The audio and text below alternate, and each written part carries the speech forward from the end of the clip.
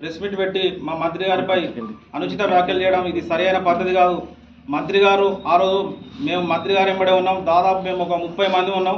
వాళ్ళు 500-600 మంది ఉండి మంత్రి గారి మీద ఏకంగా ఒక్కసారే దాడి చేయడం జరిగింది. మంత్రి గారి వెహికల్ చూసి పెద్ద బండ తీసుకొని వచ్చి బాల్క సుమన్ మంత్రి గారి వెహికల్ మీద ఎత్తేసేటప్పుడు మేము లైవ్లో ఉన్నాం, మేము ప్రత్యక్షంగా ఉన్నాము. వారు గుండాయిజం మన అధికారంలో ఉన్నప్పుడు అదే గుండాయిజం చెలాయించిండు, ఇప్పుడు ప్రతిపక్షంలో ఉండి అదే గుండాయిజం చెలాయించిండు. అప్పుడు మేము ప్రతిపక్షంలో ఉన్నప్పుడు మా మీద అనేక కేసులు పెట్టించిండు. మేము అక్రమ ఇసుక చేస్తుండు బాల్క సుమన్ అంటే మా మీద కేసులు పెట్టించిండు. మేము రేషన్ కార్డుల కోసం కొత్త రేషన్ కార్డులు కావాలంటే అప్పుడు మా మీద కేసులు పెట్టించిండు. బాల్క సుమన్ ఇలాంటి సంస్కృతులను మానుకోవాలి.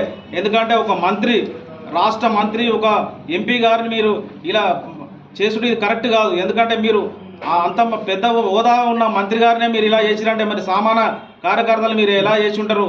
అందరూ ప్రజలు గమనిస్తున్నారు. మీరు ఇలాంటి ఇంతకుముందు కూడా చేసిర్రు. మన అంతకుముందు నల్లాల ఓదెలు ఎమ్మెల్యే ఉన్నప్పుడు మీరు అక్కడ ఇందారం దగ్గర కూడా సేమ్ ఇదే సిచ్యువేషన్ చేసిర్రు. ఇలాంటి చాలాసార్లు మీరు కార్యకర్తలు ఇబ్బంది పెట్టిర్రు, ప్రజల్ని ఇబ్బంది పెట్టిర్రు. ఇంకా ఎన్నో కార్యక్రమాలు చేసి మన వీళ్ళందరినీ ప్రభుత్వ అధికారులను కూడా మీరు ఇలా రెచ్చగొట్టి వాళ్ళను కూడా బదనాలు చేస్తున్నారు.